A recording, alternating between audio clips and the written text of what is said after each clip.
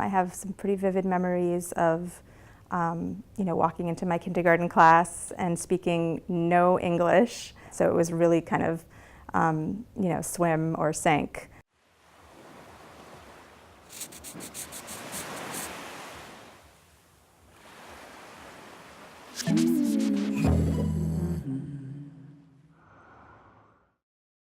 So my name's Miriam Fine, and I immigrated when I was 5 years old with my parents, my mother, my father, and my grandmother from Romania. So their hopes were that we would have new opportunities and freedom from oppression, freedom of speech, all the freedoms that were not existent in Romania at the time. So it was my mother and my father and my grandmother, my father's mother. On my mother's side, her family had already left Romania to go to Israel. And actually the plan was for us to go to Israel as well. But my father's sister was living here in Brookline, and he very much wanted to come here. So we came here. We left behind my uncle, my father's brother, and his family.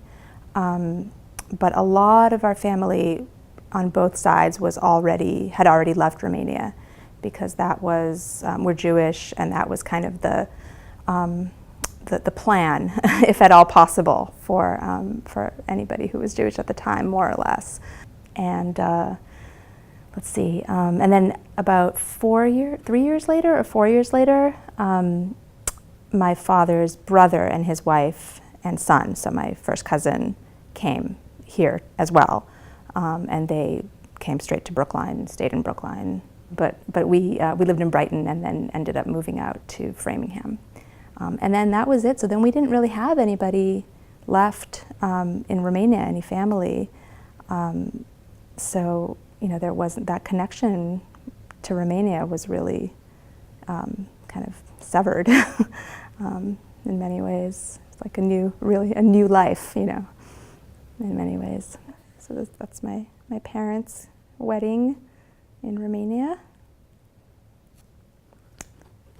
And my grandmother, who immigrated with us.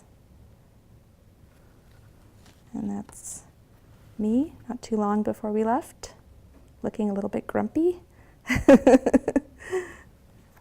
Well, I think in terms of what my parents hoped for, especially for me, for their daughter, I think it very much, fulfilled their dreams in many, many ways. I mean, it's kind of a classic story. We came, we didn't have anything. My mother was 28 years old when she came, didn't really speak any English, had her whole career here, was given an opportunity and had a really great career as a computer programmer, which is what they called it at the time, software developer now, I guess. And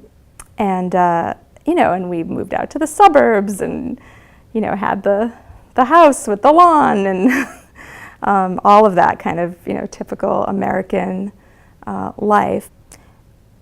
I think I found strength in my family, even though I did make some friends. I never really felt comfortable, I think, in the greater world outside my family. I mean, I did eventually, but not when I was a young child in the very beginning. So I really, just being at home with my family, and my grandmother who came with us, lived with us until I was 12 years old. She lived with us. So, with her and my parents, and I'm an only child, so I had no siblings. I don't think as a child it took me a while to develop that comfort. It was actually, I was probably maybe 10 or 9 or 10 before I started to really feel comfortable and develop close friendships with my peers, I think. Yeah. And then from then on it was, good.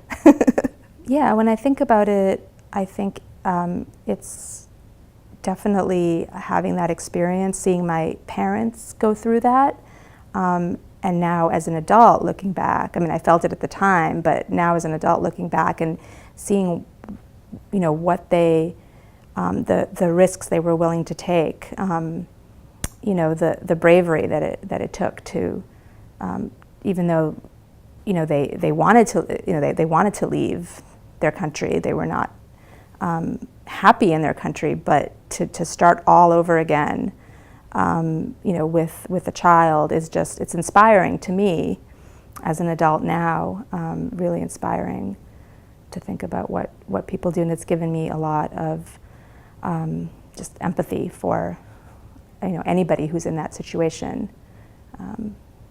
and the challenges that they face. Yeah. I guess I don't, you know, even people who are, you know, very empathetic to an immigrant situation, I don't know if a lot of people fully realize how kind of overwhelming that feeling of, you know, no matter even if you're forced to leave your home, or if you know, you want to leave your home for various reasons, but just that feeling of being in a new, completely new culture, and a new language, and it's just very, very stressful. And I don't know if people realize how stressful it can be, even under the best of circumstances, like even when you have support, much less when you don't. It's very, very difficult.